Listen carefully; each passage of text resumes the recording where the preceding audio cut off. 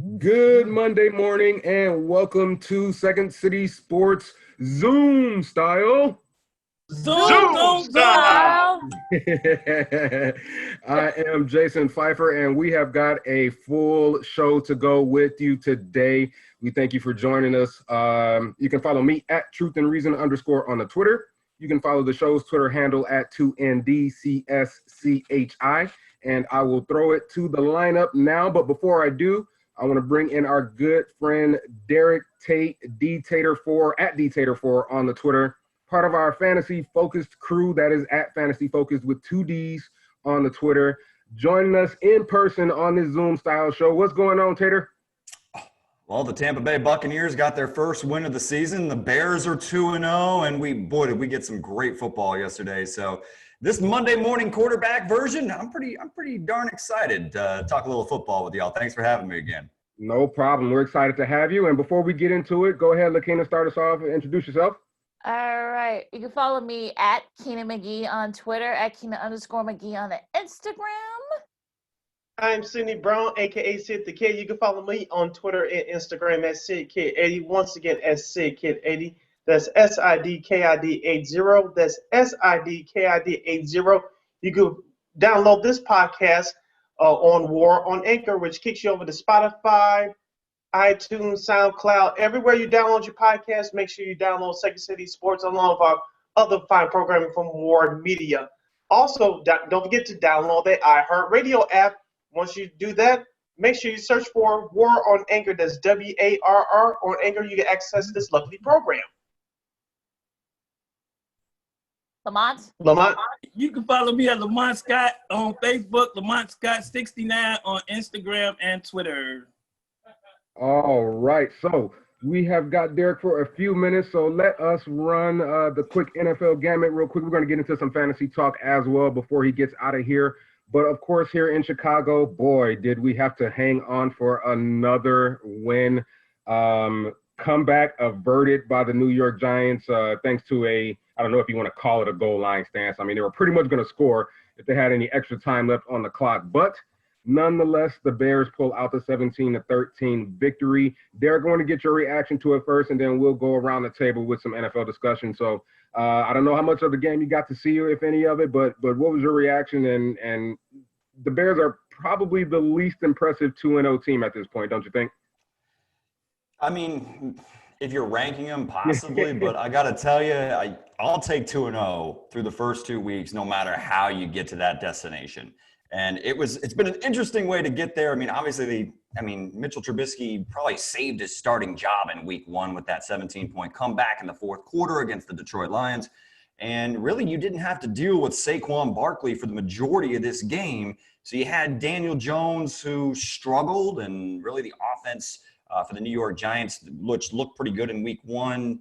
The Bears, put a speed bump in their attack through the air and did a fantastic job against him. But you gotta feel encouraged that the Bears are leaving a little bit of meat on the bone when it comes to their production on the offensive side of the football. And if Mitchell Trubisky can just clean it up a little bit, because I thought David Montgomery had one of his best games as a Chicago Bear in the National Football League. Averaged over 5 yards per clip on the ground, also heavily involved in the passing game with 3 receptions for 45 yards and a tutty.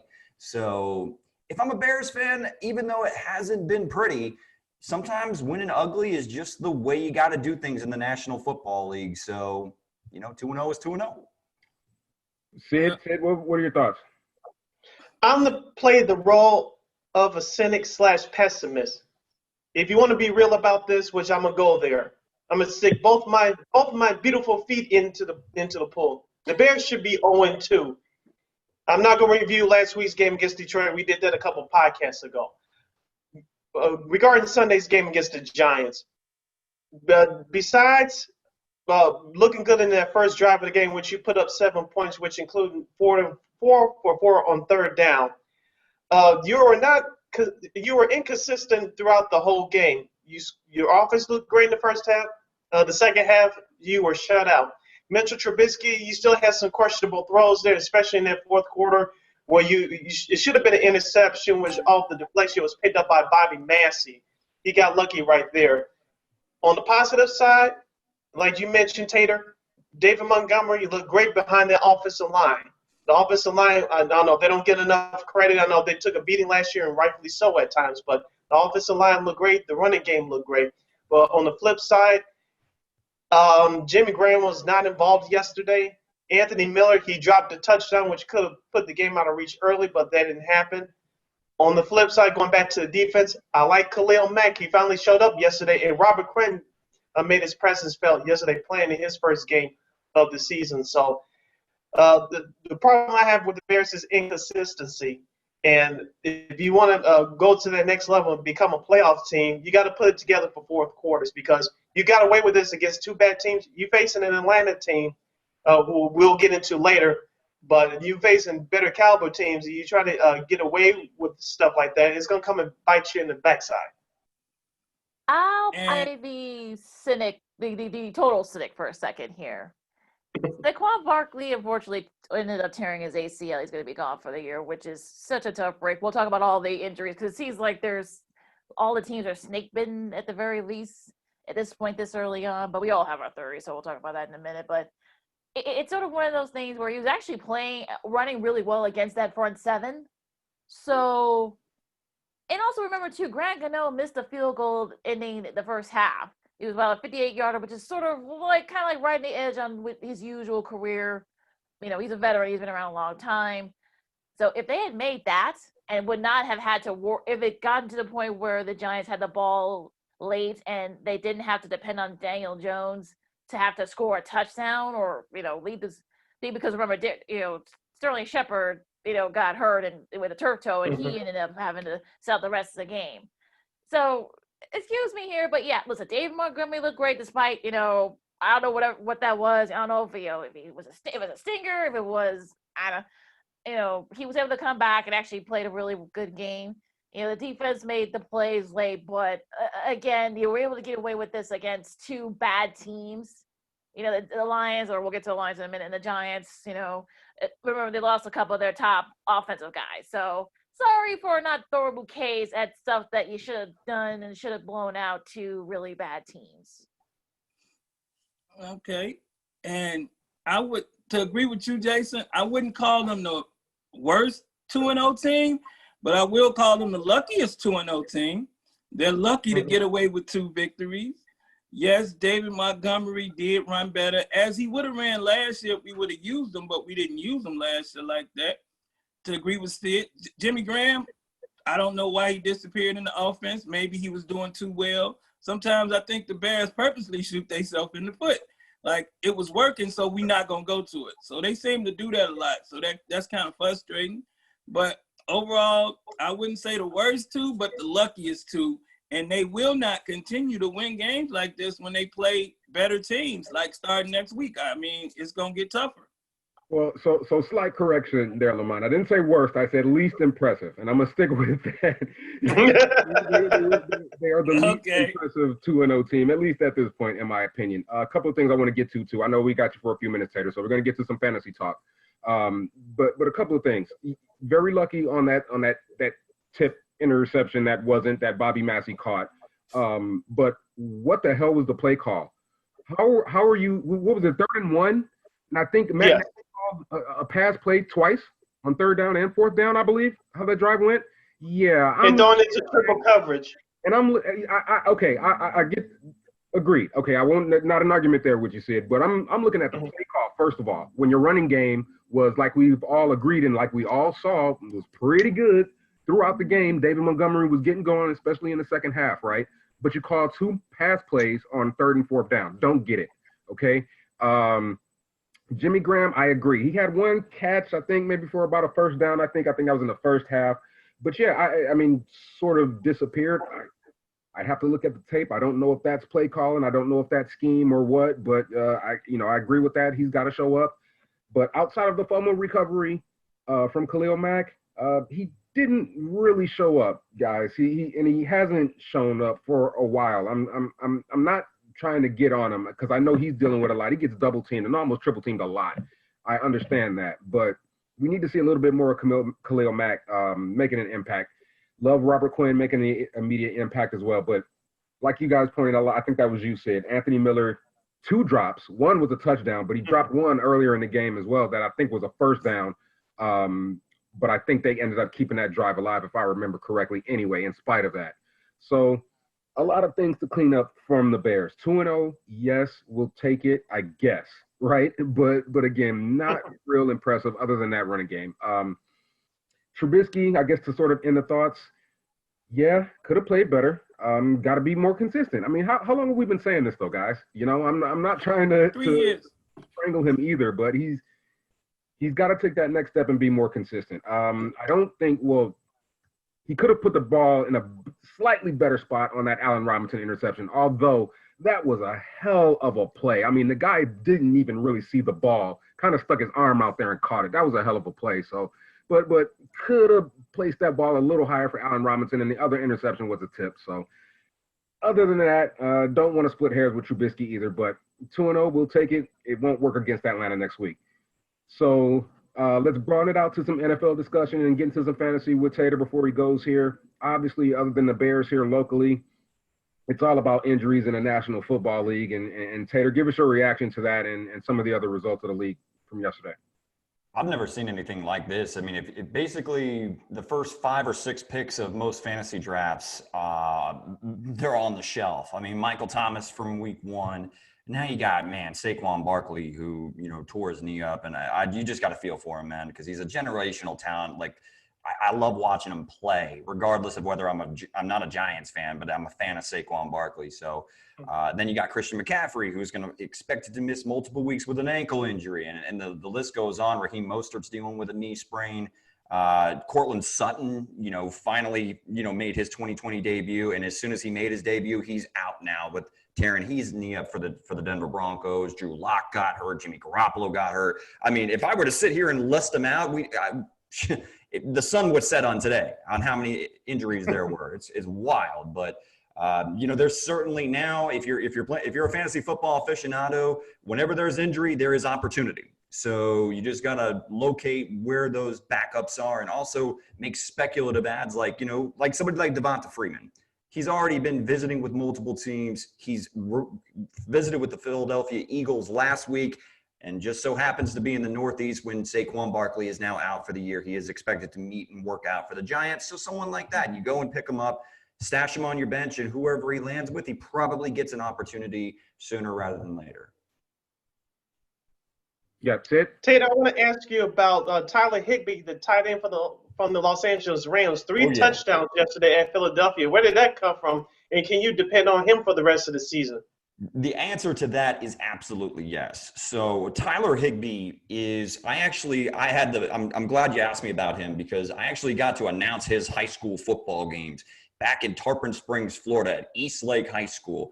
This kid was a 6'5", 170-pound senior wide receiver. That's 170 pounds soaking wet. And this kid has put on, 70, 80 pounds of muscle since his playing days in high school through college at Western Kentucky. And we saw him break out last year, the final 5 games of the season, and most people didn't believe in it because, it was like Robert Wood was kind of dinged up, Brandon Cooks was kind of dinged up, Gerald Everett, the other tight end there, was also in and out of the lineup. But we saw it yesterday. Gerald Everett was active.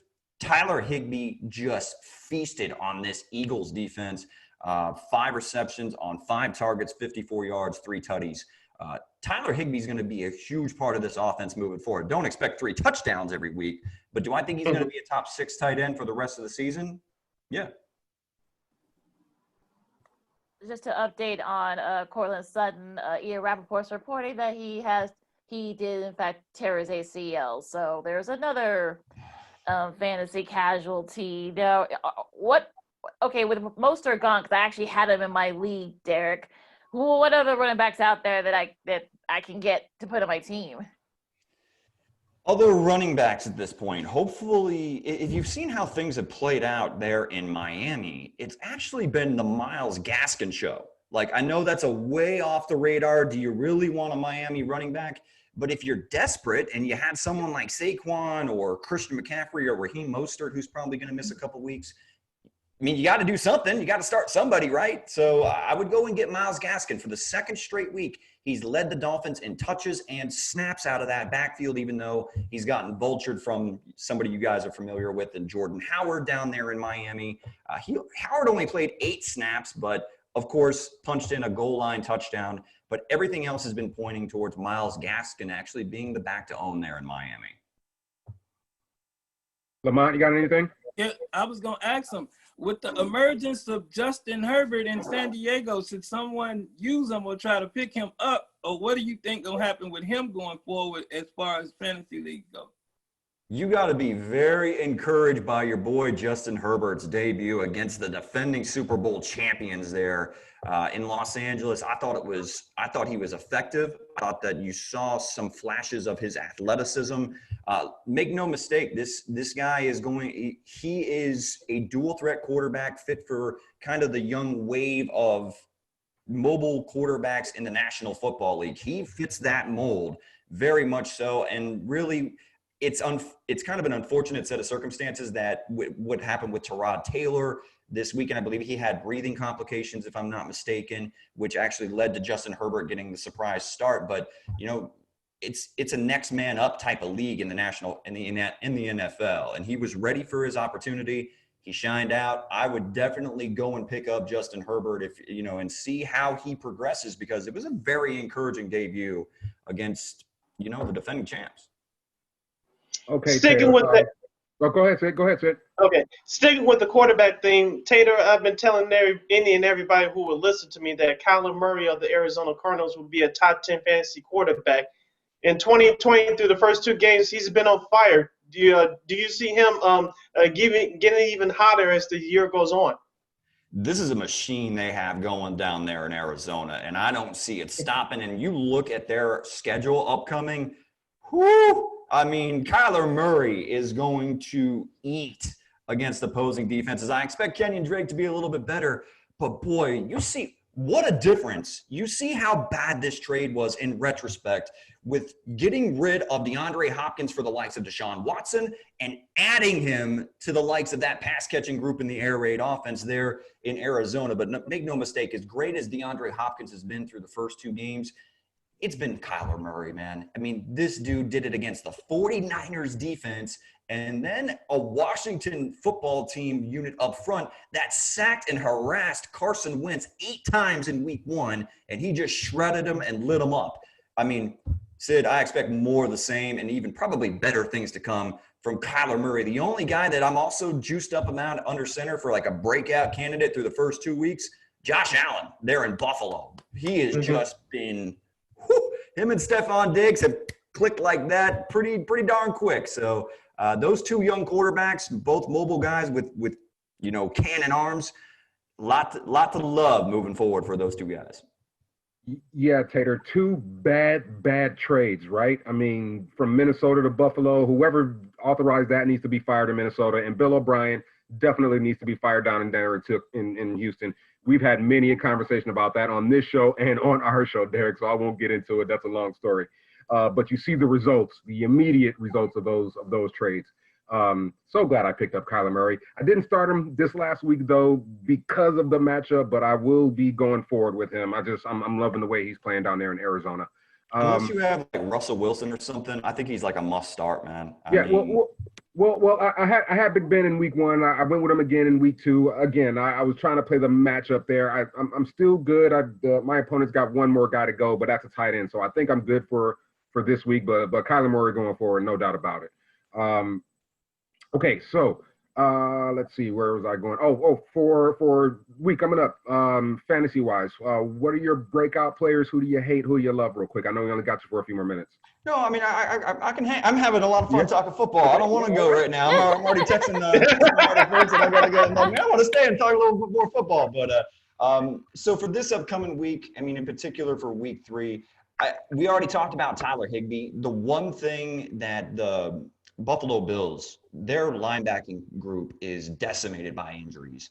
And you saw what Mike Gesicki did to this defense just on Sunday. So give me Tyler Higbee in week 3. I mean, I don't think he's going to score 3 tutties again, but do I see him putting up like 6 catches for like 89 yards and finding the end zone once? I do. And so, I mean, like you asked about Tyler Higbee, Sid, and I think he's going to continue to do his thing in this Rams offense. It seems to be clicking. I mean, I thought that when they got rid of Todd Gurley and you kind of saw, I thought that was their way of like, I don't know, not punting the season, but I was like, man, you're really getting rid of Gurley if you're a Super Bowl contender. But the committee approach seems to be working. Darrell Henderson had a really nice week. But other breakout players for week 3, you know, I'd say Jerick McKinnon. You know, if there's going to be no Raheem Mostert, that is a guy I would go with target to get on my fantasy squad if he's on your waiver wire, because I expect Mostert to probably miss at least a week or 2. You know, Tevin Coleman, I believe, also suffered some sort of knee injury. I don't know how, maybe if you want to check and see how devastating it is. I didn't see any updated reports on it. But McKinnon, you talk about a guy that, you know, 2 years ago, the 49ers were super excited about, but he suffered a knee injury in the preseason and then missed all of 2 seasons. But he looks like the guy that we remember prior to him getting hurt there in Minnesota. So, yeah, I would go and get Jerick McKinnon. I expect him to have a big week against this Giants front.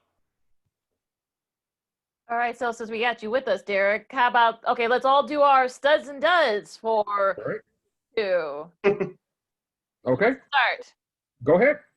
Oh, okay. I gotta say that that Rams team, I'm like you, Derek. I thought they were gonna punt the season, sort of like be like not necessarily a rebuild, but sort of like a revamp. They looked very impressive. You know, Jared Goff's looked really good. Robert Woods has some big runs. You know, he just got signed to a new deal. We'll get to that aspect of it in a bit. But you know, the Rams looked really good. Arizona, Sid, you and I talked about it on Twitter when the game started. I'm glad that the nation's starting to see what we've been talking about these last few months. Yeah. Started doing this, so I'm in awe of that team right now. Who's another one? Green Bay. I mean, you know, Aaron Rodgers. What more can we say about that guy? I mean, yeah, Detroit had an early lead, but you know, they were able to kind of come back. And also Aaron Jones. I mean, 168, 2 TDs. I mean, not bad. I think if you're a fantasy owner of Aaron Jones, I think you were celebrating. You were celebrating yesterday. Baltimore looked really good. Bucks fans can kind of take a deep breath now. It looks like they're starting to get better, and we all thought. Second that motion. Exactly. So you know, Seattle. I mean, Russell Wilson. I know we're not doing like MVP front runners right now since it's so early on, but I think he's making a case of it. Look, I want that MVP, and I want it. So those are my studs. Who wants to go next? I'll go next. First stud for me, Khalil Mack with his first sack of the season for the Bears. Number 2, Calvin Ridley, the wide receiver for the Atlanta Falcons.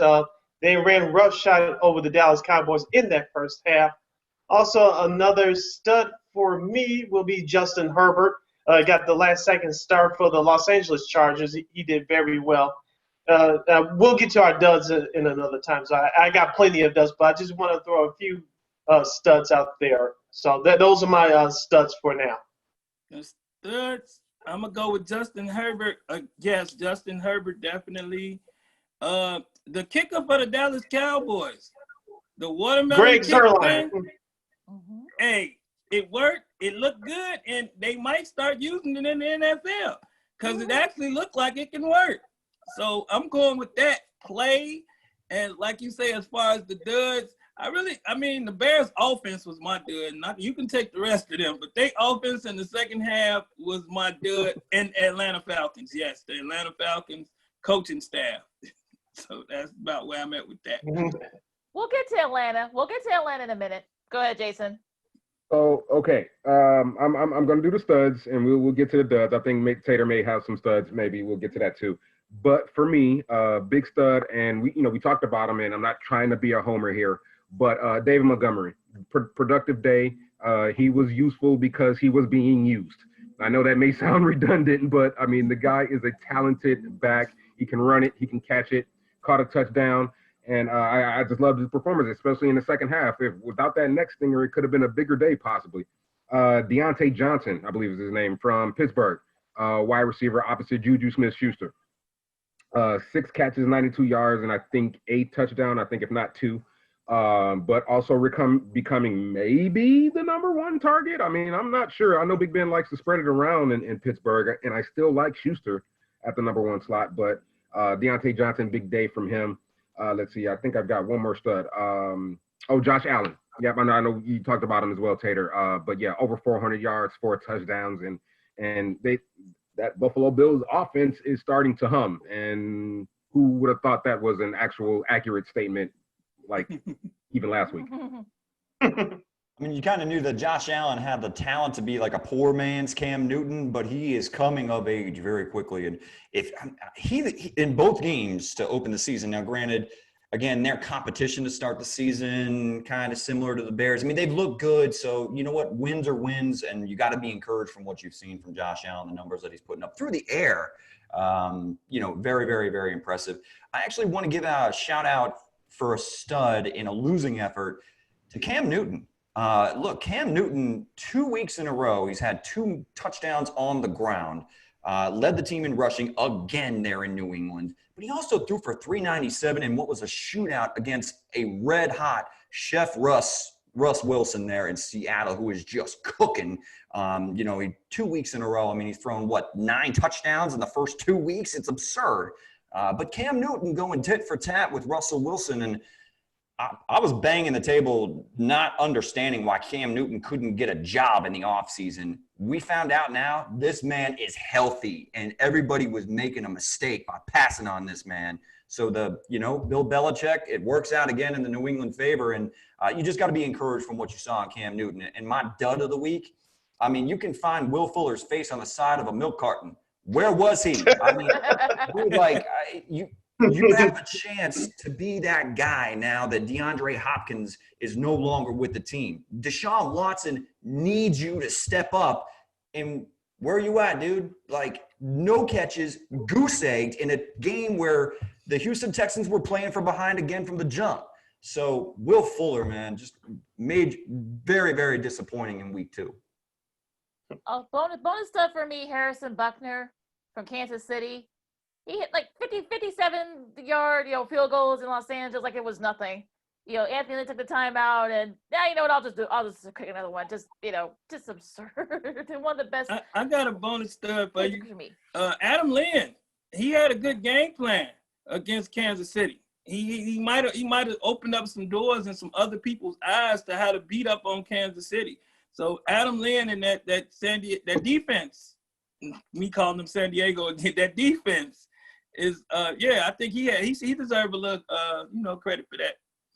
Bonus stud for me, tight end Hayden Hurst for the Atlanta Falcons. He ripped through that Dallas defense in that first step. He scored I think the first touchdown of the game for the Falcons. He may be something you should pick up in fantasy. Sorry, Taylor, to take your job there, but he may be somebody you want to look at me and say face the Bears next week. I know you all don't like to give the Packers any love, but Aaron Jones. Aaron Jones, man, what a stud he was in week number 2. Look, anybody that was concerned about Aaron Jones because they took A.J. Dillon in the second round, I was telling everybody the hate's gone too far, man. Aaron Jones is still that dude there in Green Bay. Damn. He looks like it through week 2, man. What a game for Aaron Jones in this Packer offense. You're going to have to pay him. I have a feeling that we're all going to have the same dud. So who wants to sort of take the lead here? You do. Well, no, I figured you want to do it, Jason, since it involves your favorite team. Nope. I'll leave it to you. Okay. New York Jets. I mean, the Niners lost Garoppolo, Mostert, Bosa, and a couple other guys. And then they had Kittle, where they were without Kittle and Sherman to begin with. But yet somehow the Niners second stringers were able to beat up on the Jets. Excuse me? I mean, Nick Mullins came in, he really didn't have to do too much. Jared McKinnon, I think, who you mentioned, Tater, he had a nice debut. He might be taking the lead there now. I mean, the defense made, sort of, stayed intact, even with Bosa out. So, Jets, Okay, what do you say, Sid Lamont? Adam Gates, a pink slip and a link card. He should be the Yes. Pink slip and a link card? Yes. We're gonna be sending that up to Detroit also. Detroit he had to get one up there in Detroit. But man, there, like I said, that Atlanta's coaching in that second half is questionable. I don't understand what they was trying to accomplish and how they lose that game. And the Bears offense in the second half, I mean, it didn't show up, period. Like nothing. So that's about it for me for the week. Yeah, and listen, I've touched on these two teams already, but they're my duds of the week as well. The Minnesota Vikings, not sure what their game plan was either. I think they gave Dalvin Cook the ball all of like 4 or 5 times in the first half. Pretty much unacceptable. And you know, it's the Houston Texans. I mean, listen, we've all talked about them. We've talked about them ad nauseum already on the show, but Bill O'Brien should be fired. He should be fired right now. You know, I know people can say that, well, one player shouldn't change the dynamic of the team so much, but they pretty much have no offense. And they definitely don't have an offense to play catch up immediately right out of the gate in both games. So this is all on Bill O'Brien. I mean, he wanted the quote unquote GM job. You know, he wanted to run the team. He wanted to make the decisions. Somebody needs to make a decision on him. He needs to be gone, like right now. My petty dud for the week is the Houston Texans. I know I picked them to win on our last podcast, but if they would have won, I would have had a perfect Sunday picking games. But that's a whole nother issue. I still have a good week, so go check your facts there. The Minnesota Vikings, I'm with you, Jason. They're another dud for me from yesterday. What the hell was that? I did pick the Colts to win, but I didn't expect Minnesota to come out like that. They came out flat. And another team that came out flat, which would be my final dud for now, is the Philadelphia Eagles. Thank goodness I did not go with my gut from early in the week to pick Philadelphia. I'm glad I went with y'all and the Rams. And now I'm glad I did. Now we know why. Tater? You know, you kind of stole mine there at the very end because I'm looking at Carson Wentz. Carson Wentz, man, I mean, 240. I mean, last week you got upset by the Washington football team. Maybe not all your fault. I got that. I get that they have some issues up front, that they're banged up along that offensive line unit. But if you're supposed to be that franchise quarterback, you're supposed to be that dude, and they paid you like that dude.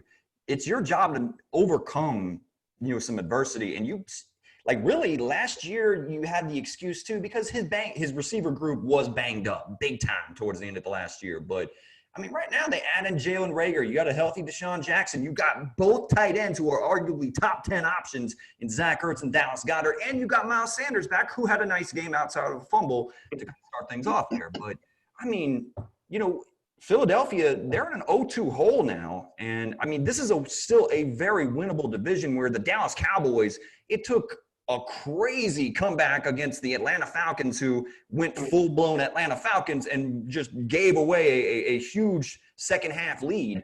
The Eagles are still only 1 game back for the lead in the NFC East, but why do I not feel confident in this team when on paper they got quite a bit of talent? And I'm looking at Carson Wentz. So, I mean, I know I'm being a little critical, but, you know, that's just the way that I see it. Real quick, a bonus stud for me is the Jacksonville-Tennessee game. Both teams combined to score 66 points. Tennessee won 33-30. Whoever bet the over legally, lucky you won some money yesterday. How about what's cooking down there in Jacksonville? Gardner Minshew just ruining the entire front office's plans to tank for Trevor Lawrence. They're like, we're gonna trade every valuable player that we have on the defensive side of the football. We're gonna cut Leonard Fournette outright, and we're gonna, you know, whatever. We're just gonna punt this season. And Gardner Minshew darn near beats he beats the Indianapolis Colts in week 1, but then really had the Tennessee Titans on the rope. It took a great game and 4 touchdown passes through the air by Ryan Tannehill, which, by the way, that's a stud that we needed to be brung up because he played very well with no A.J. Brown in this game. But Gardner Minshew, man, they got something cooking down there in Jacksonville with the mustache there in Duval County. I'll call him the porn stash, but.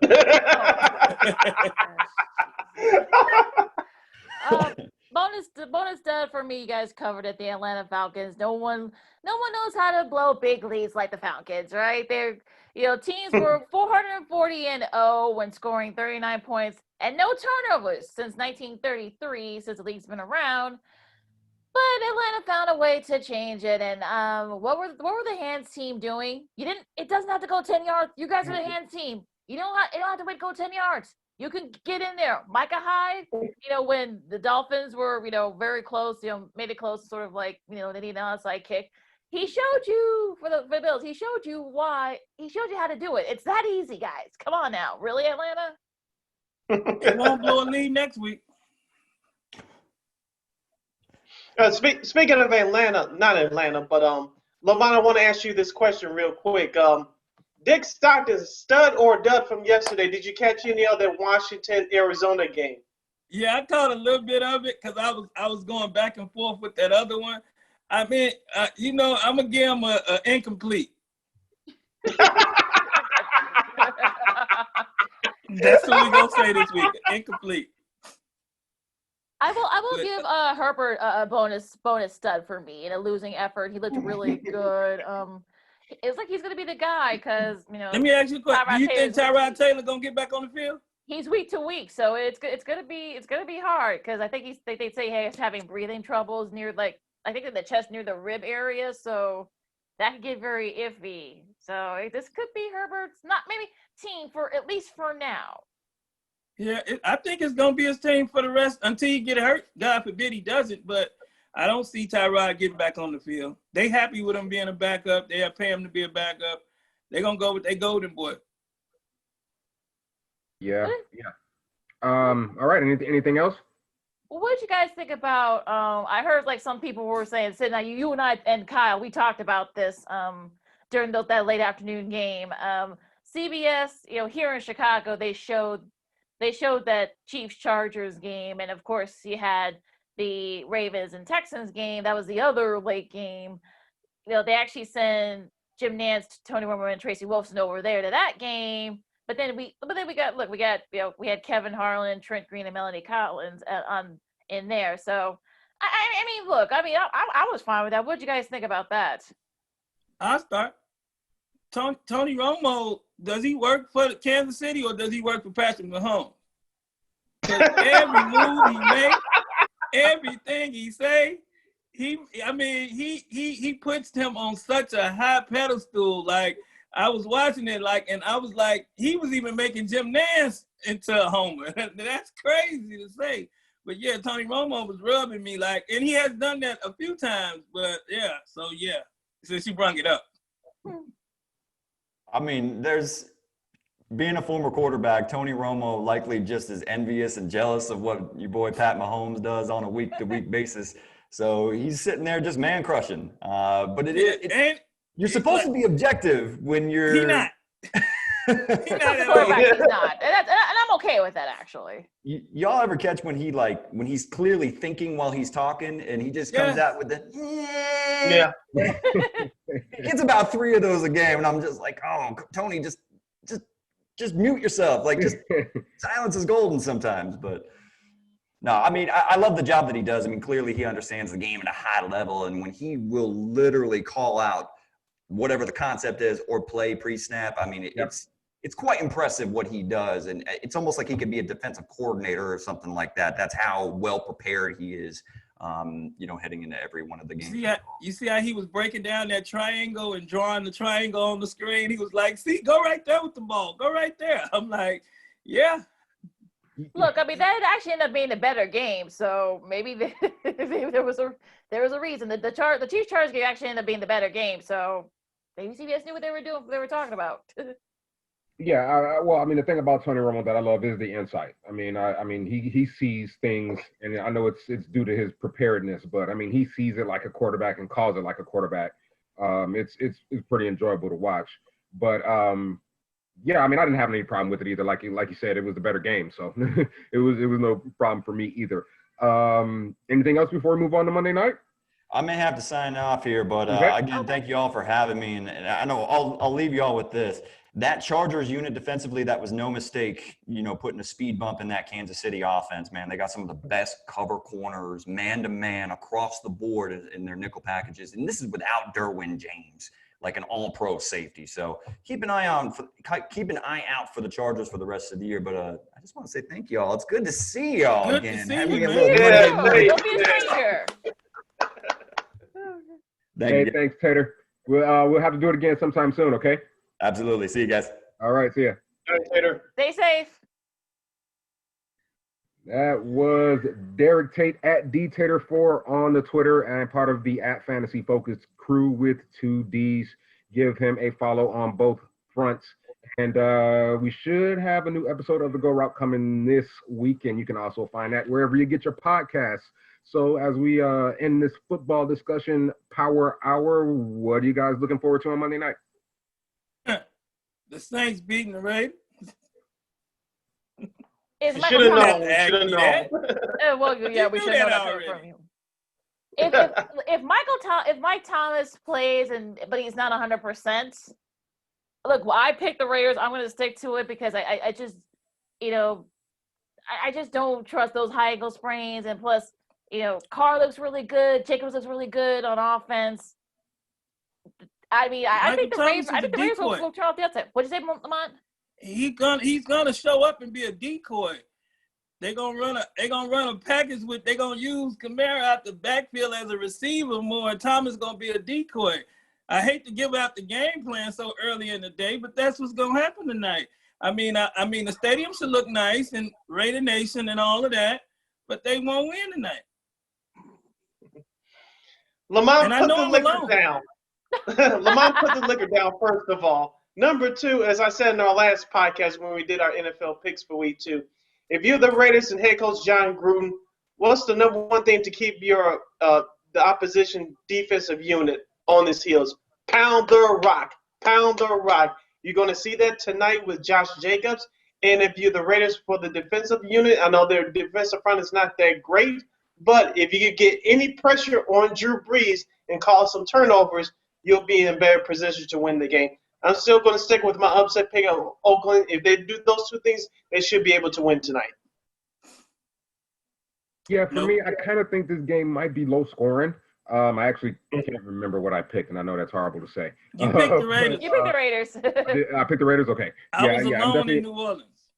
I'm definitely sticking with the Raiders. Then I like Derek Carr. Then I like Drew Brees a little more right now. But I still, again, think it might be low scoring. But yeah, I mean, it's going to be interesting to see. Can Josh Jacobs continue his production, obviously from week 1, and can this offense with a limited to maybe not playing Michael Thomas for the New Orleans Saints get on track? I'm just hoping that the Saints play in black and gold and the Raiders play in black and silver, so the uniforms can clash and look. Well, that's what I'm hoping for. They purposely don't do that, but it'd be nice to see. Yeah. Yeah, that's what I say. They purposely don't. But it'll be nice. The Saints gonna probably play in all white or something like that. But, and then they will be in trouble. They don't play well in all white. Well, as far as our picks are concerned, I did the math. We all did well. We all had like 12 and 13, either won like 12 or 13 games last week. I haven't added it to the cumulative from last week yet, but I have that number too. Sid and Lamont, you guys are actually tied for the lead right now. Jason, you're in third, and I'm only a game behind. So it's only like a 2-game difference between first and fourth. So until the Saints beat the Raiders tonight. Oh, thank you. Yeah, thank you for Lakina for bringing that up because I did my calculations from last week and I did have 11 victories. So, yes. like I said before, we trust you. So, I appreciate your honesty for bringing it up first. Of course. And like I said yesterday, I'm gonna brag on myself. I only lost 1 game yesterday, so your boy had a pretty great week. Just hopefully Oakland will cap it off tonight. That'll be two come tonight. What's up? That'll be 2 come tonight. We'll see. But regardless, I had a great week 2 picking games. Shout out to your boy. Oh gosh, pat yourself on the back, Sid. What's your Jesus? All right, before we take a breather, what do you think you guys' theories are on all these injuries? Because McCaffrey's out, Barkley's out. San Francisco's pretty much, Do you think something wrong with that turf in New York? I think it could just be like, you had no OTAs, you had That's what I think. Yeah, Yep. you didn't have a lot of off-season. No preseason games and the limited practice time because of practice and safety protocols. I think that's one of the main reasons. Yeah, and we talked about this the last few weeks, Lakina. With this leading up to the regular season over, you're going to see more injuries, and now you're starting to see it. Unfortunately, it's now happening to the big stars. Yep. Yeah. And you heard San Francisco's some of their players talking about they don't want to go back and play on that field. You think they're going to try to snatch it out of there and put something new down before the next game Sunday? Because they got to go back there and play the Giants. Well, they wouldn't be the only team that has field problems. They have them here in Chicago as well. I mean, probably yes, we not do. that bad though. But I don't. They're either gonna play with it or adjust to it accordingly. But I agree with you guys. This is a lack of preseason, lack of proper practice, and lack of proper game shape. All of that adds up to a lot of injuries to key players at key positions as well. I don't think it's a coincidence that there were, a lot of running back injuries as well. That happens when you're not in game shape and you don't have the proper practice. So we may see this, for another couple of weeks or two before things settle down, unfortunately. But do you think that the one injury, the Tyrod Taylor injury, right? They for him to have instant breathing problems, you don't think it was no in there, nothing. It was just because like all week he didn't show up on the sheet or nothing. It was just game day. Now he's sick. And at first they were saying he hurt himself throwing or something, a rib injury they was calling it at first. Right. So well, I'm not sure. I thought they were having some air quality problems out there. Yeah. I don't know if it reached from the fires. That's probably what it was too. that was kind of my first sort of knee-jerk reaction guess to it, but I don't know, I just hope it don't mean he back to the bench for good, because he didn't really get a chance. So, but Justin plays well. He can't do nothing but sit on the bench. If Justin keep playing well, he gonna be another one getting his pink slip and link card. Because he on TV right now. They got Justin Hayward all over TV this morning. So if he continues to do that, Tyrod Taylor will be another one getting his walking papers and becoming a backup maybe in Chicago. Oh gosh, okay. On that note, we're gonna take a nice little breather. Gonna take this quick, 20-second time out. We'll talk MLB. We'll have Katy. How do you say her last name, Sid?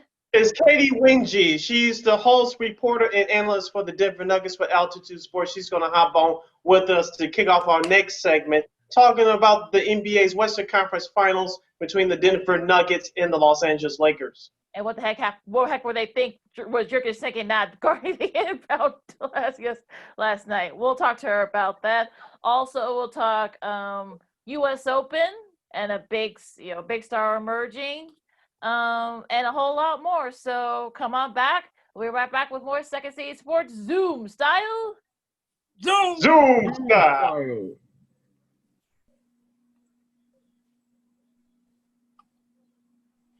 Welcome back to our second segment of Second City Sports Zoom Style. Zoom Style. Along with Lakina McGee, Lamont Scott, and Jason Pfeiffer, I am Sidney Brown, a.k.a. Sid the Kid. You can follow yours truly on Twitter and Instagram at SidKid80. That's SIDKID80. That's SIDKID80. And you can catch this podcast along with our other programming from We Are Regal Radio. Simply type it in War on Anchor, which kicks you over to Spotify, SoundCloud, iTunes, Apple Podcasts. We're everywhere. And don't forget to download the iHeartRadio app. And once you do that, just type in the search engine box War on Anchor. That's WARR on Anchor. You can access this lovely program. You can follow me. Catch me at. Go ahead, Lamont. You can catch me at Lamont Scott on Facebook, Lamont Scott 69 on Instagram and Twitter. You can follow me at Keena McGee on Twitter and at Keena_McGee on the Instagram. And you can follow me at Truth and Reason _ on the Twitter, and you can follow the show's Twitter handle at 2NDCSCHI. All right, folks, we'll start out with this segment talking about the NBA playoffs, in particular the Western Conference Finals between the Denver Nuggets and the Los Angeles Lakers. Katy Winge, the host, reporter, and anchor for Altitude Sports, who covers the Denver Nuggets, she will be joining us in the next couple of minutes. And before she joins us, let's get it started. I want to get your guys' instant thoughts on the Denver Nuggets' performance in Game 2 against the Los Angeles Lakers. They were trailing most of the game, but made a valuable comeback. But Anthony Davis said, "Not so fast!" Nailed the game-winning three-pointer and sent the Lakers home a winner, and they lead this best-of-7 series 2-0. Jason, I'll start with you. What did you think about Game 2 performance between the Lakers and Nuggets? Yeah, I'm just not sure what the coverage was on the out-of-bounds play. I'm not quite going to blame Jokic on that. I mean, I know Anthony Davis is, he's the big guy, he's the center, but I don't think you should have expected Jokic to come out and cover him the way he was coming off of those screens. It should have been something else, at least in my opinion. Having said that, though, AD drills the game winner. Lakers go up 2-0. I thought, in talking with some friends, kind of around the league or whatever, that Game 2 will be different. I mean, it was kind of a blowout in Game 1. I kind of expected that result. I thought Game 2 would be different. It was better called, in my opinion, without trying to get too harsh on the refs. But I thought it would be a tighter game. I thought the Denver Nuggets would perform better, even though LA sort of, kind of got hot out of the gate there in the first half. But still not too surprising, though, that the Lakers are up 2-0. I don't think the series is over by any means. I mean, obviously, we've seen the Nuggets come back from 3-1 down twice in just these playoffs, so I don't think it's over quite yet. But, obviously it's going to be a big key for Denver to try to win game 3. All right, and joining us now to help further our discussion on the NBA Western Conference Finals matchup between the Denver Nuggets and the Los Angeles Lakers is host, reporter, and anchor for Altitude Sports covering the Denver Nuggets. There's no one that does it better than Katy Winge. You can follow her on Twitter and Instagram at Katy Winge. Once again, at Katy Winge. Katy, welcome to Second City Sports. Despite last night's loss, how are you? Well, guys, I'm hanging in there. That was a tough loss, to say the least. It was a heartbreaker. We were talking about it on our post-game show, actually. Like, would we rather lose by, 20 and get blown out, or would you rather lose in that fashion and on a buzzer beater by Anthony Davis hitting a crazy shot? So I think both the losses that the Nuggets have experienced so far have been tough losses, but in very different ways. The good news is the Nuggets have adapted this identity of being comeback kids. And so even though they've lost 2 games, we're still very optimistic and very positive and upbeat that, like, look, they can do anything they set their minds to. Don't count them out quite yet. Before I kick it over to the rest of the panel, I want to ask you about that last play. You got a chance to hear the comment, but he said that he didn't blame Jokic, who had to guard the inbounds passer. And of course, he had to slide over to defend Anthony Davis before he hit the game-winning shot. What was your opinion of that last play? Well, I've watched it probably a million times, honestly, to figure out where the defensive communication did not work out. And Jokic actually had a pretty good effort to close out and contested the shot pretty well, considering he was not supposed to be there in the first place. Knowing what I know about the Nuggets and the way that they defend, especially in a situation like that, there's no timeout called, so obviously they just kind of had to be smart in terms of being a high IQ basketball player. And when the game is on the line like that, they're probably switching everything defensively in terms of screens. So if you watch the video closely, you see Mason Plumlee point out, so he was asking Jeremy Grant to get out on Anthony Davis, but there really was no screen set. So it's kind of this gray area there of, like, Plumlee running straight to LeBron. And if you watch it, in AD's trajectory on his path, Plumlee really could have just stuck with him. There was no screen that was set. LeBron didn't even really turn his body to make contact with Plumlee. But because they were switching everything, I think Plumlee probably thought it was more efficient to just say, hey, you jump out. There's also this other camera angle that's going around right now where you can see Jeremy Grant before the ball is inbounded look at Plumlee and say something about LeBron. And I don't know if it's him saying, I'm going to stick with LeBron, or I'm going to need help if he slips to the basket. Because look, that's an option too, right? If Anthony Davis comes off of that LeBron screen and Jeremy Grant helps out on AD early, LeBron goes right to the basket and he's either going to get fouled or get a layup or get something great out of that. And then do you even want the ball in LeBron James's hands at all? That's the question too, of like, are you just face guarding him? Is all your attention on him and you live with that shot by Anthony Davis? Because I mean, this was another question we were talking about too. Okay, so say 7-game series and you give Anthony Davis that shot to win the game in all 7 games. Are you going to pick the Nuggets in that situation?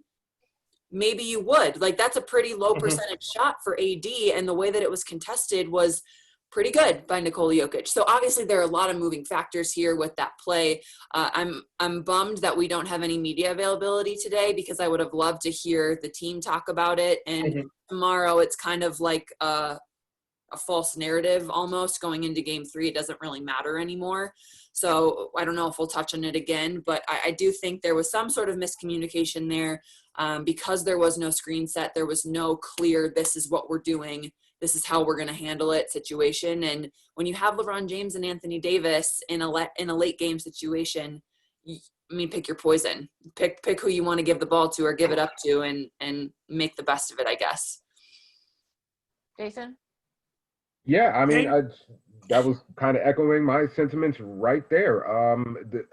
Having said that, said all of that, it was well defended. Jokic, like she mentioned, gave a great effort, but you live with that AD shot, right? I mean, I think I would say agree with that as well. I mean, how many times do you think he makes it? Although we know he has the range, but in that situation, with that much time on the clock, I kind of live with that. It was just one of those bang bang type of plays that happen in the playoffs sometimes. But what a big shot made by Anthony Davis, and I know it's a bit of a great day in Denver right now, but I don't think the series is over by a long shot. Even Anthony Davis post game, he was like, that was the biggest shot of my career. Oh, and we're like, okay. I mean, obviously you were in New Orleans, so what's the biggest shot there? You know what I mean? Like, of course you're not in this situation, but for him to openly say that, and him and LeBron both talked about the shot he missed before the NBA went on their hiatus against Brooklyn. It was almost an identical shot. Yeah. And LeBron gave a lot of credit to AD, being like, look, you have to be brave enough to even be in that position and to take that shot and to step up and think you're going to make it. And again, like, if you stay with AD in that situation, then do they just lob it up to LeBron, and LeBron does what LeBron does and tries to make a play and probably gets a foul call and gets to the free throw line there. So we can sit here and say, what if, what you guys just mentioned. It's a sad day in Denver, and this rivalry goes way back. And so I feel like a lot of the longtime Nuggets fans are like, this is classic Nuggets Lakers, and it hurts just the same, even in 2020. I would piggyback off that, Katie. Jamal Murray, the fact that they've been able to sort of fight and claw and, climb their way up through the first couple of rounds of these playoffs, tell people who probably may not know too much about him, his mindset, his game, and sort of his inspiration. Yeah, well, Jamal is one of the toughest players and people that I have ever had the pleasure of being around or covering. The way that he rises when he is challenged is unmatched. And I mean, he talks about how Kobe Bryant has been a big influence for him. So he lives by that Mamba mentality as well, of just, being the highest level of a competitor. We joke about this in Denver, like, he plays better when he's injured or he's mad, because he's just that guy. And he hates to lose maybe more than he likes to win. He loves going at guys. He loves being underestimated and being the underdog and proving people wrong. And I think in these past 2 series, you've seen Jamal Murray mature rapidly. in both terms of a player and a person. The way that he has been speaking up and keeping social injustice issues alive in the bubble, kind of as the representative for the Nuggets, I think, given the way that he's been playing and the platform that he's had, he's been so great in terms of shining a light on what really matters right now in this world. And I think that that speaks to how strong he feels his voice is and how much he feels like that matters. And then the way that he's been playing has just been remarkable. And for Jamal, the question was always, can he be consistent in what he puts on the floor? I think last year's playoff experience was a great, vision of that, or a great example of the inconsistencies. He uses that experience now in this year's playoff, and you see him just becoming a superstar on the biggest stage. And he references that a lot, like last year's playoffs when he had like 8 points one game and 40 points another game and 15 and then 30. And it's hard to rely on a player in that way. And I think that ate away at him a little bit too. So the way that he's been the guy for Denver, I think we all saw potential of that and glimpses of that being here, and seeing the way that he puts in work in the gym. He's almost always one of the last guys to leave. I think he took the time that he had off before they went to the bubble. He got stronger, so I think his physicality is better in games. He's finishing better around the rim. He's using screens better. He's defending better with the extra muscle that he put on. And he also just got shots up, and you can see how confident he is in his shooting right now as well, and creating his own shot too. That two-man game between him and Jokic, I mean, maybe the only better option in the NBA is AD and LeBron in the pick and roll.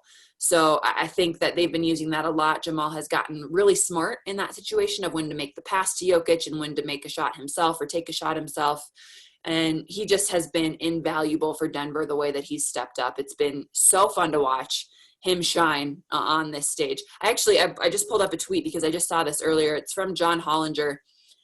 And he said, this is from last night's game, Jamal Murray was plus 16 in 44 minutes, and somehow the Nuggets lost the other 4 minutes so badly that they didn't win the game. That is the type of impact that Jamal Murray has when he is in the game.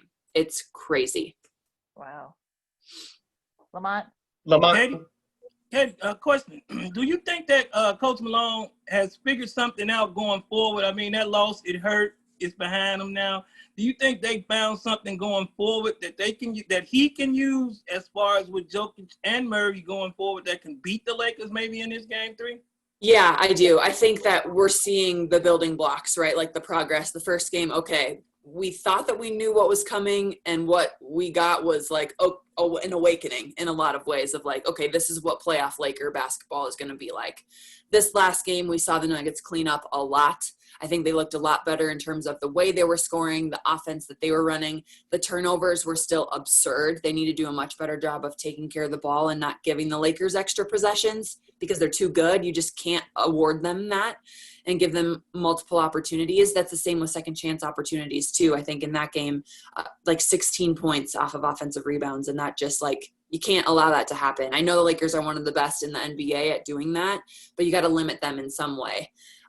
What I would really love to see is some of the other guys around Jokic and Murray step up. And that was kind of the deciding factor. And I think that Clippers series was when they were making their run after being down 3-1, Paul Millsap, Gary Harris, Jeremy Grant, Michael Porter Jr., Monte Morris, those guys, it was different games for different guys, but there was always a couple others that were producing at a really high level.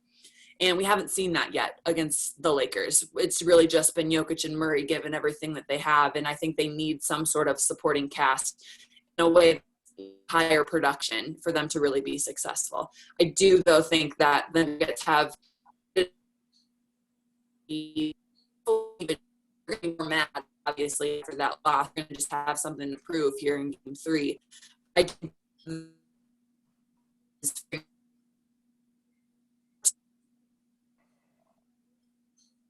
mistakes have been made.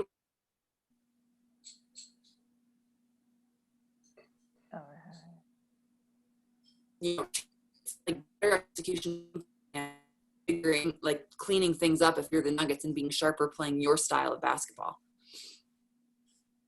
Katy Winge of Altitude Sports, who covers the Denver Nuggets for that station, joins us here on Second City Sports. Katie, let's stay with head coach Mike Malone for a minute. I start to feel nationally that he's starting to get the respect that he deserves a little bit. But talk to us about his impact on not just on the team, but throughout the whole organization. Yeah, I can't say enough good things about Coach Malone, and just not only the coach that he is, but the person that he is as well. The way that he interacts with his players, it is so much more than just X's and O's in basketball with him. He heavily invests in these guys in terms of his relationship with them. There's constantly one-on-one conversations and checking in, and what do you feel? What do you see? How can I help you be more successful on the floor? And he's just, he's a tough-nosed New Yorker who just wants to win and finds ways to win and doesn't want to put up with, anybody's crap. And I think that the Nuggets reflect that in a lot of ways. You talk about them being the comeback kids, and Coach Malone absolutely embodies all of those features, all of those characteristics of resiliency, refusing to lose, don't ever count me out. Those types of mentalities, that starts with Coach Malone wholeheartedly believing in these guys and what they can do and their potential, and them really never being out of a game. So you see that, and you see the guys come out on the floor and perform in the way that they do, but it does start with Coach Malone giving them that belief. The other thing I'll say about Coach is his dad was a coach. He grew up around the game, played the game. He's, he knows this. This is what he's been destined to do in this life. But he talks about his dad teaching him that the best thing that you can instill in your players is confidence, and the belief that, you can go out there and you can do anything you set your mind to, and I'm also going to have your back regardless of what happens. And he does that with this Nuggets team, and you can see it in the way that the players respect him and the players appreciate him, and the way that they celebrate with him in good moments. I think that that's another thing that sets him apart too. He's so big on, if you don't celebrate the little victories along the way, why are you even doing this? Let's be in the moment. Let's enjoy this journey. And the Nuggets have built something from the ground up, which is rare in the NBA nowadays. It's not like the Lakers where you assemble whatever team you want in LA in the way that they did. The Nuggets drafted, they invested in player development, and they've created these guys and helped these guys grow and built that confidence. And they're now seeing that pay off. Yeah, organic is what comes to mind from me, Katie, when we're talking about the Denver Nuggets. And Sid, you kind of took my question about Mike Malone, but that's okay. I've got to talk about Denver Nuggets, and more specifically, a guy you touched on really briefly, but a young kid. I think it's only his second year in the league now, and that's Michael Porter Jr. Uber talented, can do a lot of things with the basketball, but obviously with a young kid being inconsistent. I kind of think him, along with that entire second unit, will have a better game 3. But what do you think he can really work on as far as taking his game to the next level? Yeah, Michael Porter Jr., he's technically a rookie, right? So he sat out all of last year. So this is his first real NBA experience. And he is, like you said, uber talented, insanely talented. His skill set is through the roof. You watch him and you're just like, holy crap, he's so athletic and so skilled. His shot is so pure. He's just a natural scorer. With Michael Porter Jr., he has been the guy his entire life. Small town, went to Missouri, AAU superstar, has been, the driving force of every team that he's been on. Even though maybe he's played with Trae Young and those guys, he still was the guy and basically had the green light to do whatever he wanted.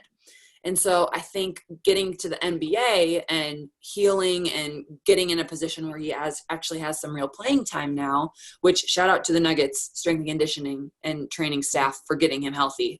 How many teams passed him up and just weren't willing to invest. And again, the Nuggets were, and organically have built him from the ground up. But with him, he's had to adjust to finding his role within this Nuggets team with a bunch of players that are pretty close to as talented as he are.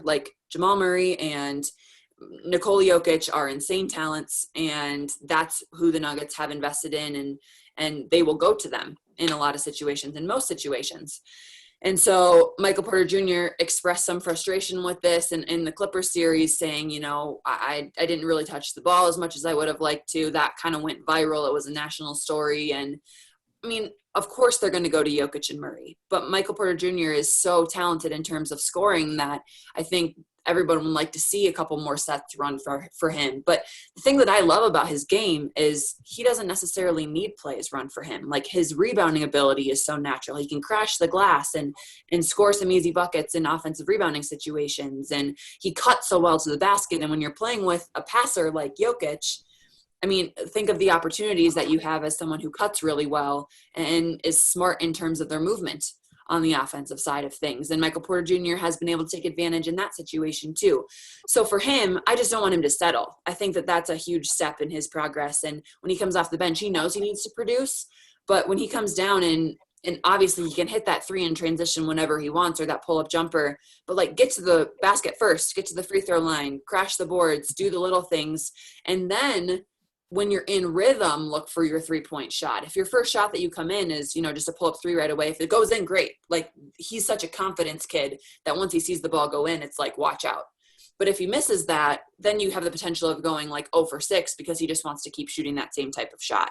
So I think just figuring out the NBA a little bit more and the rhythm of that is going to be huge for him. The reason he didn't get as many minutes prior to the bubble life was his defense, and his defense has improved drastically since he's been in there. He's just focused more on that side of the ball and made that a bigger emphasis.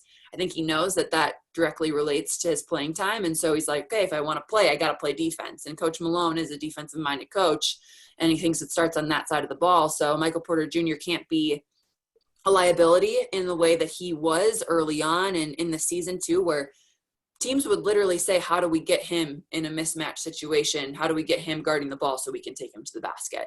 And I mean, the rookie recognized that. He brought that up openly and said, yeah, that's tough, but I'm up for the challenge. And we've seen him take some really big strides on the defensive end. What about, we know the guy that helped kind of build this team, Arturas Karnisovas. He's now here in Chicago. Tell Bulls fans that are going to be listening and watching this, what can Bulls fans expect from AK, and how is he going to use this sort of the same sort of mindset to building the Bulls as he did with building the Nuggets?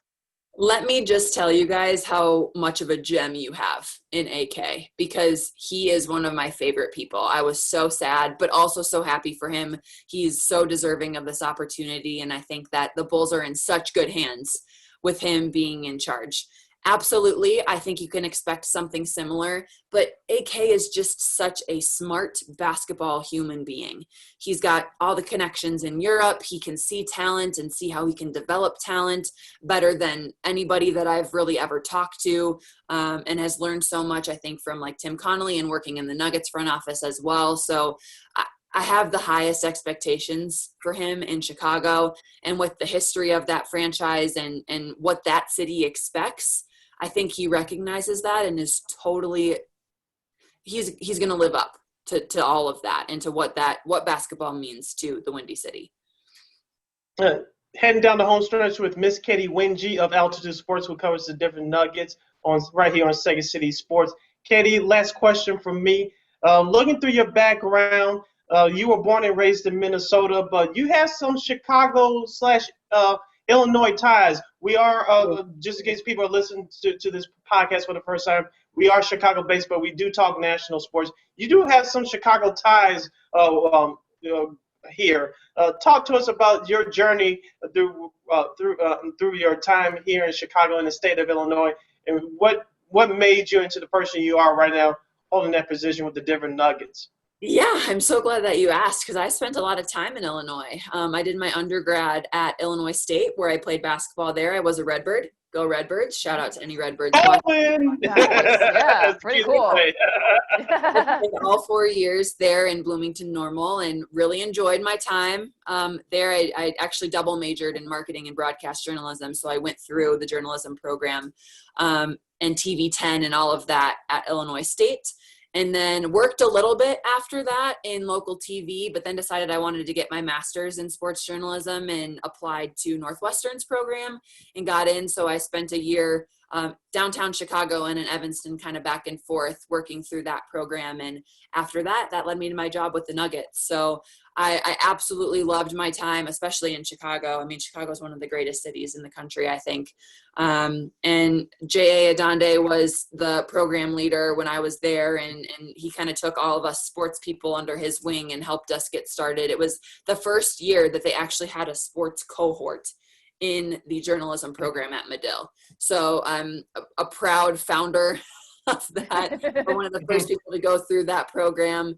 And it's one of the best programs in the country, I think. So I learned so much, and it absolutely prepared me for my job with the Nuggets and here in Denver.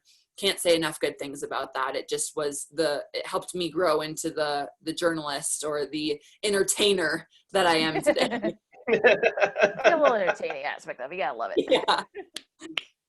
Well, I've got one more, little tidbit, I guess, question for Katie, I guess. I don't want to make it all about Denver. So what do you think about what's going on in the Eastern Conference right now between the Boston Celtics? And go for it. Yeah, I mean, what a series. I think the East has surprised everybody in terms of just the entertainment value and what's been going on in the playoffs for them. I am obviously I'm go Nuggets, but I love the way that Miami has been playing. And I don't care who wins that side. So it's been so fun to me just to be able to watch basketball for what basketball is. And the Celtics are so talented. And they're going through some stuff right now in terms of figuring out who they really want to be and how their team is going to come together through some adversity. But Jimmy Butler, the way that he has led that Miami team and rebuilt them and changed their mindset in the way that they come out on the floor and what they represent and play for. I've really enjoyed watching that Heat team play and the way that they play, the way that they defend, the energy and the toughness that they play with. I would love to see a Nuggets Heat finals selfishly. But I think that whoever comes out of the West is going to have a tougher time than maybe anybody thought that they would. Everybody had from the beginning of the season was like the Western Conference is so much more loaded, so much more talent. The Western Conference Finals is going to be a better playoff series than the actual finals was, a topic that was tossed around. And I don't necessarily think that's going to be the case. I think that, the finals are going to be competitive and so fun to watch regardless of who's in them, given the final four teams that are left and their stories to get to this point. All right, Lamont. Not to take you back, you was mentioning Michael Porter earlier. Yeah. Question, if Michael Porter isn't that third wheel to step up and help Denver now and going forward, who do you think it might be? I think that you're spot on. I think it has to be him moving forward. I think that he just – That's what I was thinking going into this series. That's what I was saying going into the series. I was telling my co-host that I think it has to be him, and I think he can do it. I think he can too. And especially, the way he's played against the Lakers in that last regular season game or seeding game, whatever they called them. Yeah, I agree with you wholeheartedly. And I think that he's the future of this franchise. I think that it's going to be a big three type scenario. Michael Porter Jr., Nikola Jokic, and Jamal Murray. But with that being said, he's still so young. This is his first real playoff experience. As much as we would like it to be him, I think it's kind of unfair for us to say it has to be you every single game. And in the Clippers series, I think the bench was more important in terms of what the Nuggets were putting on the floor and production-wise because the Clippers bench is so good. Not that the Lakers bench isn't, but the Clippers bench, has the sixth man of the year, and then who the sixth man of the year award will likely be named after someday coming off of their bench. So with that in mind, I think that he's still figuring it out, and I think it's a fun process to be able to watch, and it's interesting to see him grow and learn in every single game that the Nuggets play. With that being said, it's going to be anybody on any given night, and I think that that's when the Nuggets are most dangerous, is when Paul Millsap has a 15-point quarter, or Gary Harris finishes with 18 one night and hits 4 threes, or I mean, it could be Jeremy Grant. Jeremy Grant's been shooting the ball really well for the Nuggets in that starting group. I mean, we saw PJ Dozier, who nobody knew who that was when he came on the floor in game 2, and everybody was like, who the heck is this guy? And he played some really impactful minutes. So I think as much as we would like to say it's Michael Porter Jr. right now, I think absolutely that is the future. But right now it's going to be by committee, and the Nuggets are going to take whoever can give them anything at this point. All right, good stuff. You've been listening to Katy Winge of Altitude Sports, who covers the Denver Nuggets. You can follow her on Twitter and Instagram at Katy Winge. And Katy, I know we're running out of time, but you also host the Fantasy Football Hour, which I think is online this year, with your co-hosts Brad Evans and Nate Lundy. In about maybe 45 seconds or less, you guys were on television for the last couple of years, but like as I mentioned, you guys are online this year. Tell our audience where they can catch that and how you guys look like you guys have so much fun doing that show. It's a blast. That show is so much fun. And Brad Evans and Nate Lundy are wicked smart and wickedly entertaining. It's so we just goof off for an hour. So if you want to have some laughs and get some predictions and sports gambling is becoming such a big thing, right? And so fantasy is kind of at the forefront of that. And so we give you over-unders every week with certain players. We give you our picks for the week. We do a different lineup every single weekend or every single week. And we could just hit you with numbers. We could just hit you with those things, but the way in which it's delivered, I think, is what sets us apart in a lot of ways, and it's fun.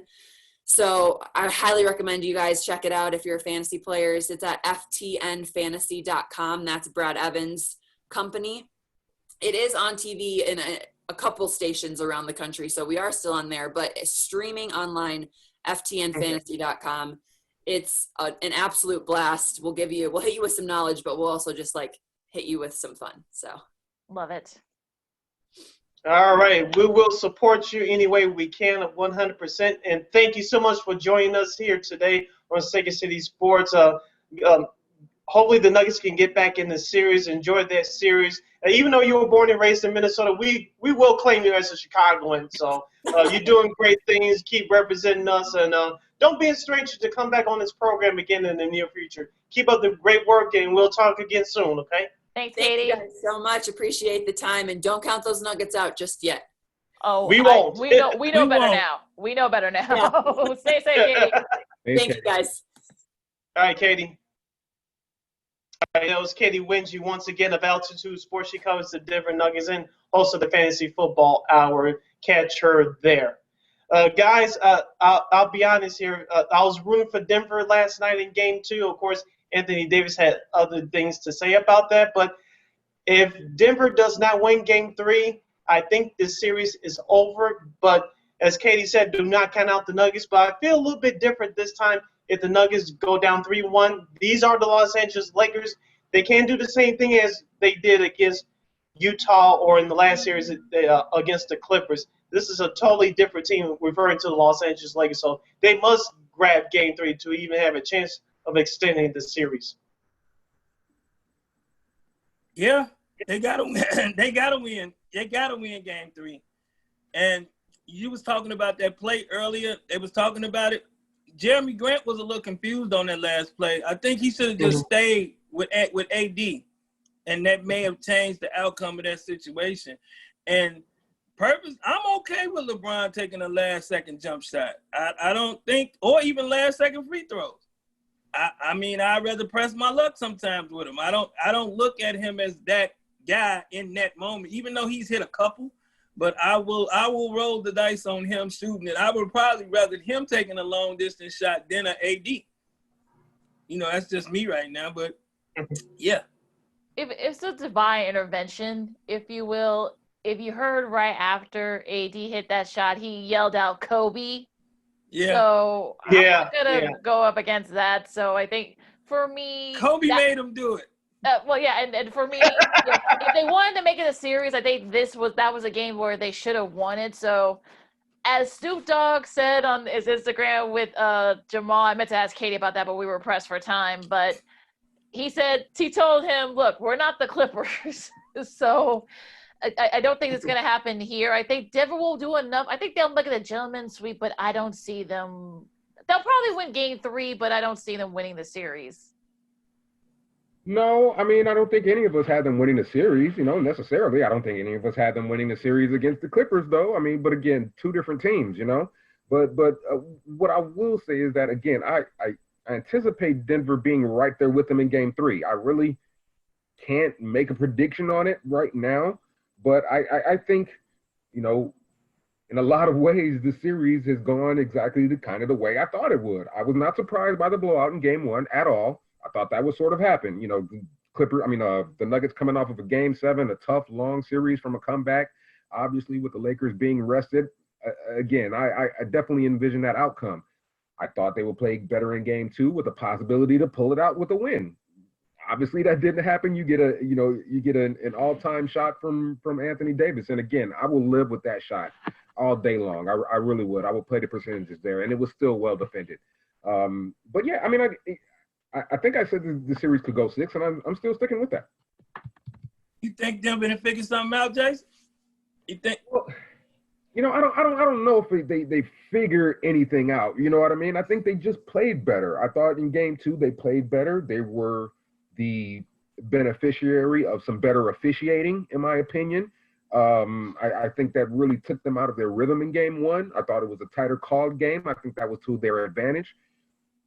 And listen, they had a 103-102 lead with, what was it, 2.1 seconds left on the clock. I mean, it needs an all-time shot to get beaten, right? And that's Yeah.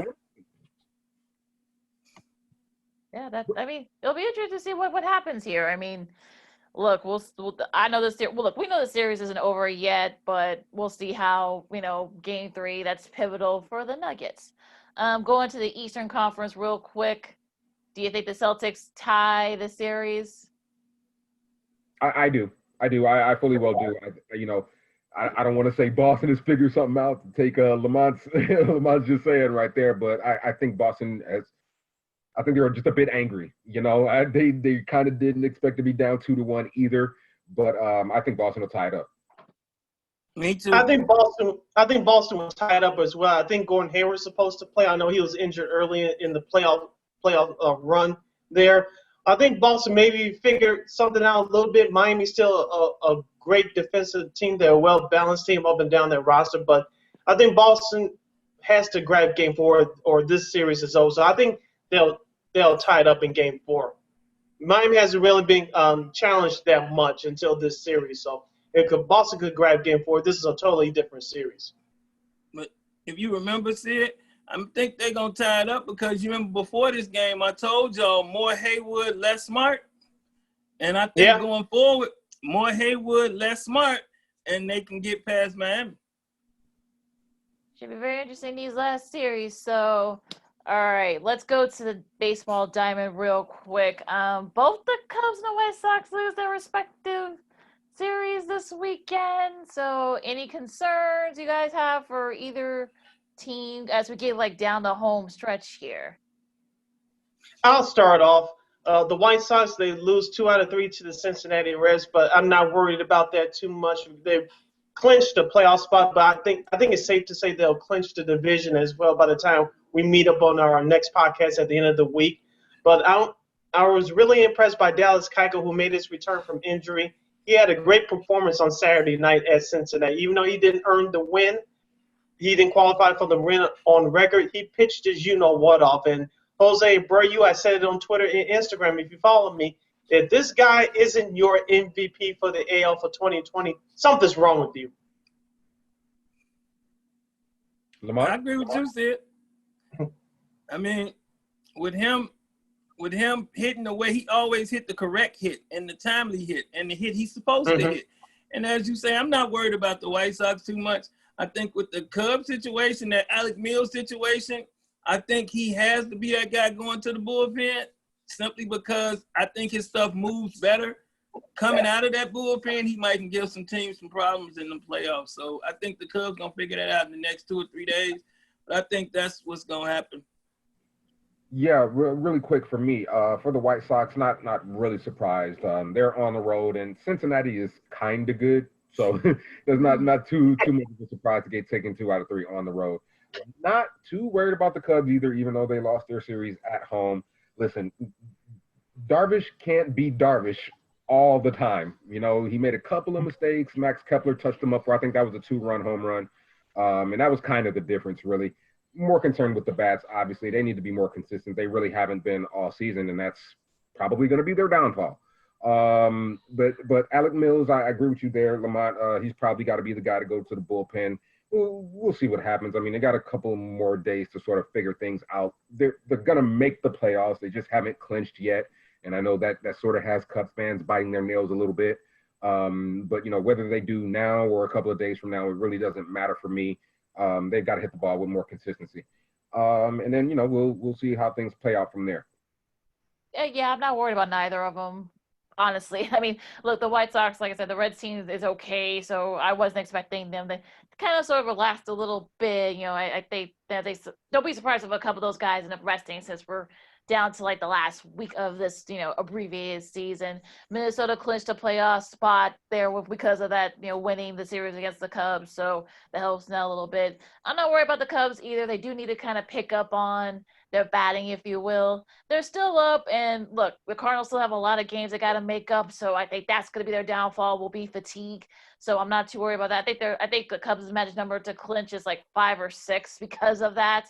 So just keep doing your thing, and I think they'll be fine. They're going to get in the playoffs. I think they'll end up winning the division too. I'm not too worried about that. So as a whole in the MLB, any surprises? What things are you guys expecting to see? We've got 1 week left. Yep, look out for the Yankees. I know we've kind of trashed them a little bit, you know, in this shortened, weird MLB season. Yeah, it's been me. I'll put it right. I'll say it's been you. Not Yep. But you know, I mean, look, they're healthy, right? They're healthy, and when they're healthy, they're really, really good, and they're going to be tough to beat. I'll go with the surprise team in baseball right now. I know they're playing the Colorado Rockies starting tonight. It's the San Francisco Giants. We called them the AARP team last year for good reason, but for this year, this is a team that no one's talking about. I know they got old man Evan Longoria. They have Brandon Crawford. He's still playing shortstop, still hitting home runs. Can they wrap up the wild card spot by the end of this week when the regular season ends?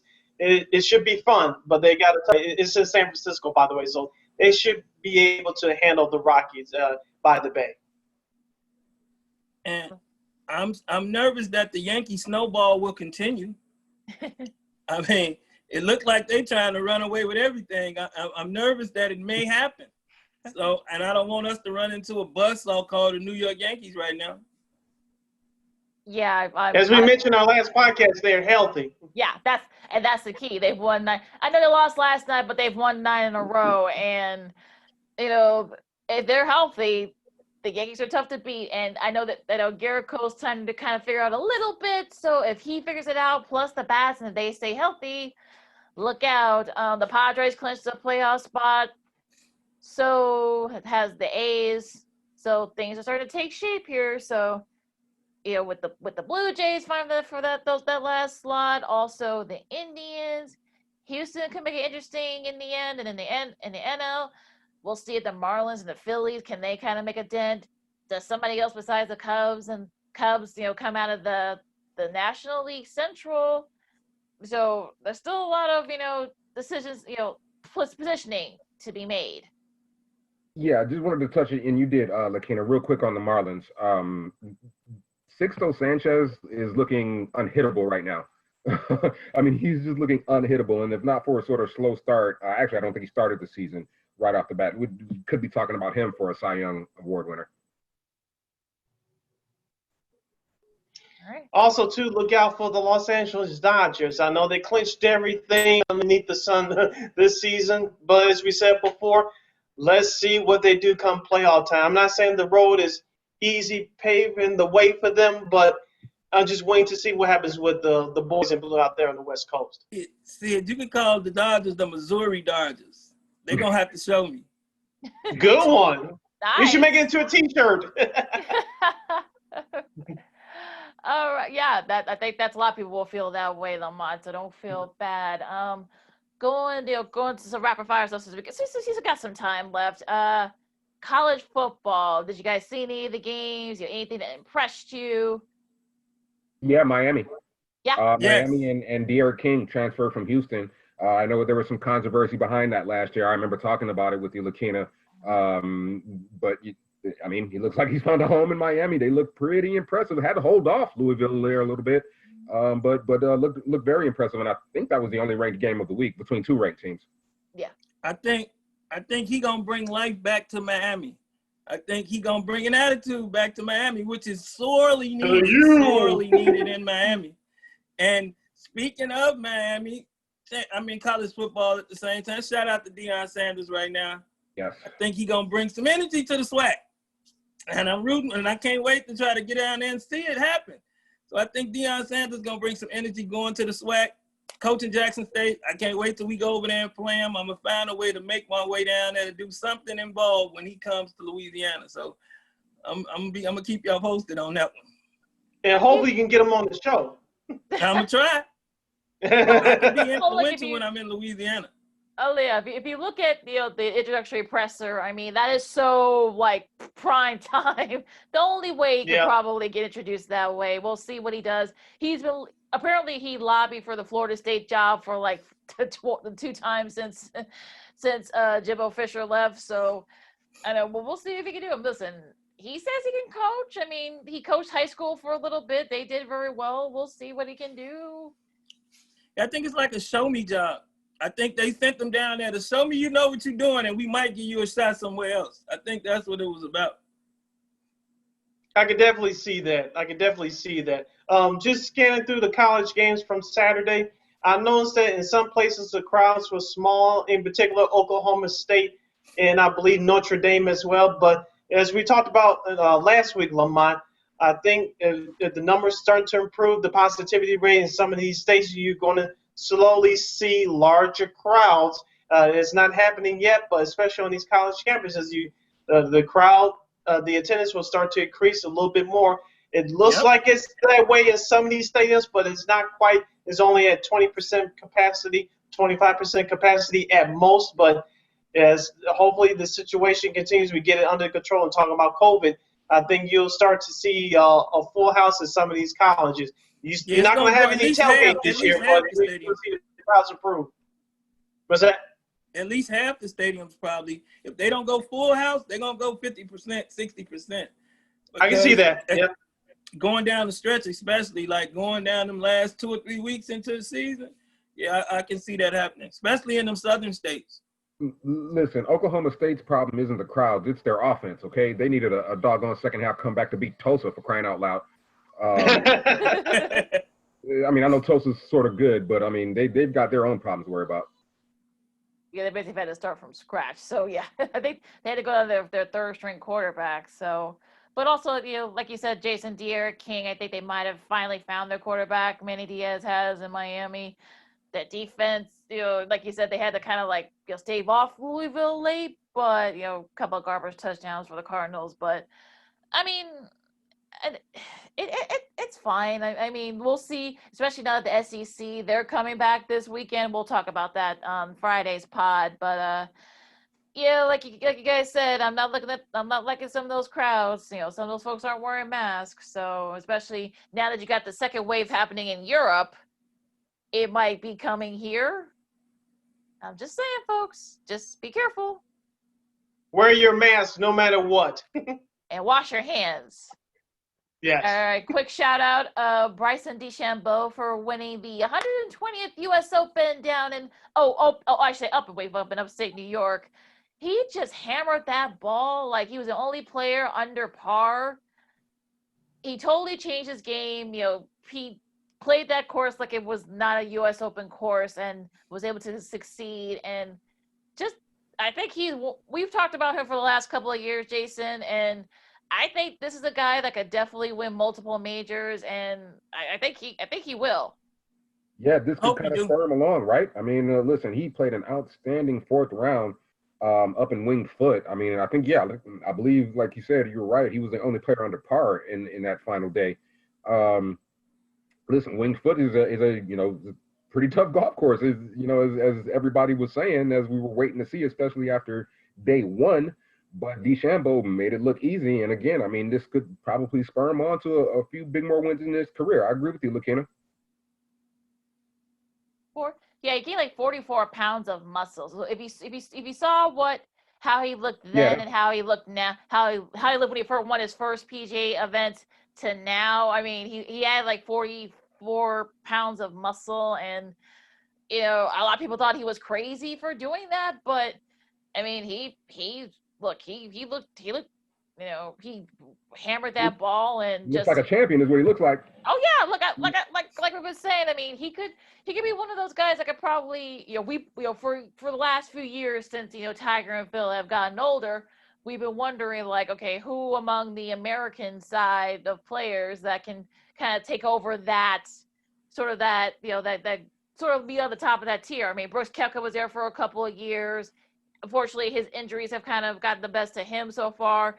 Jordan Spieth, I mean, he played well for like a couple of years, then he kind of tapered off. So we'll see if DeChambeau could be different for them.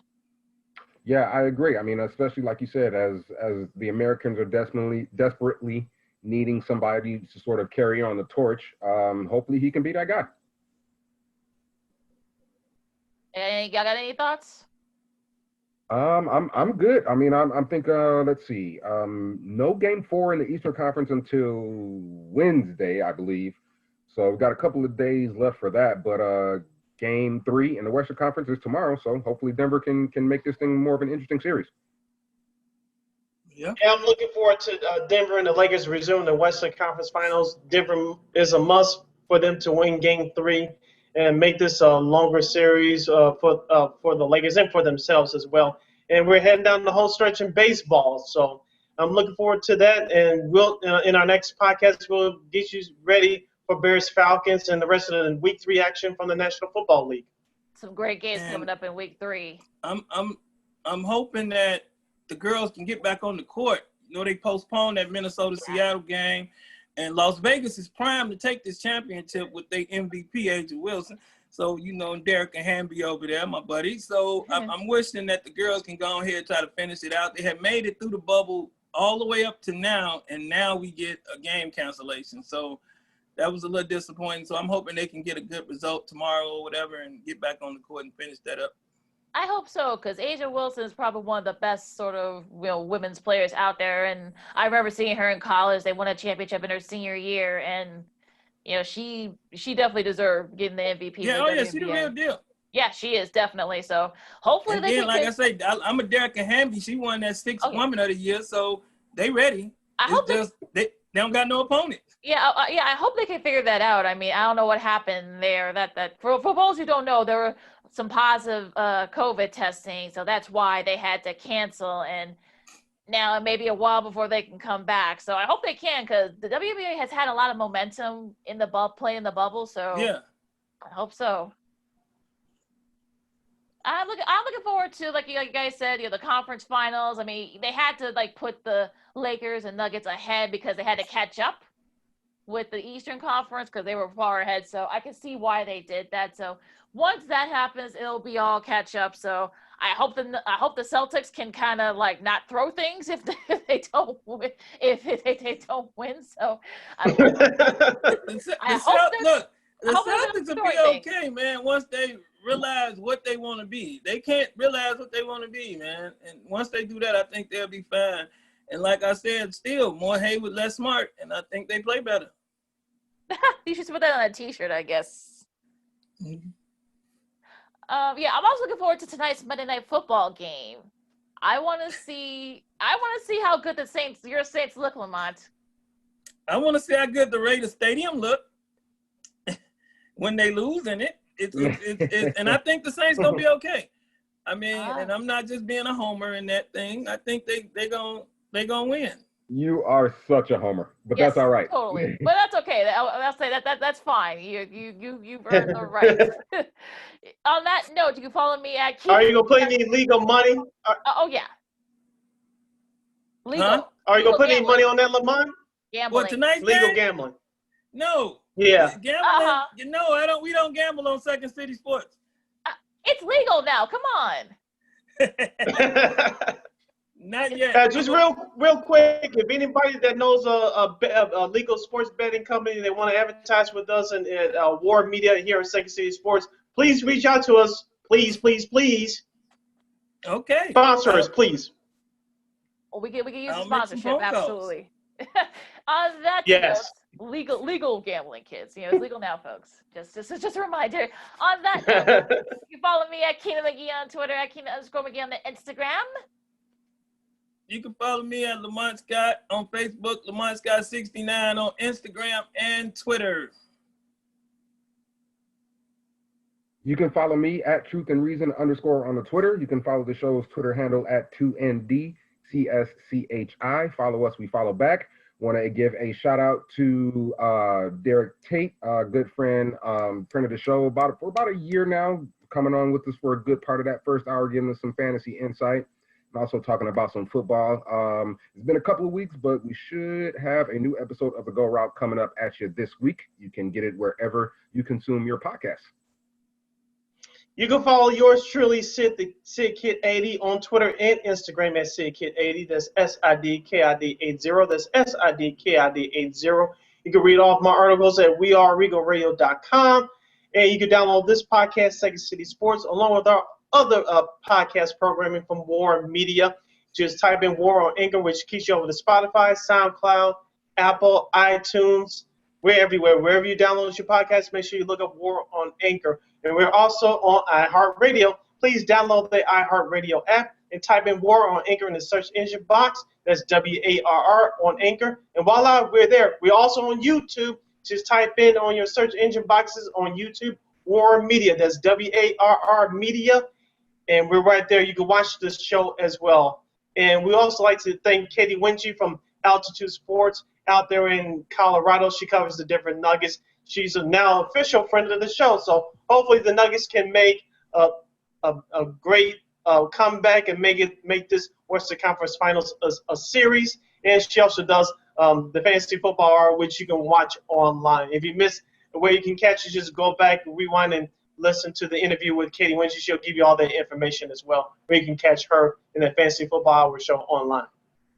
Absolutely, and there's never too many sports. I'm seeing people complain about, there's so much sports on that.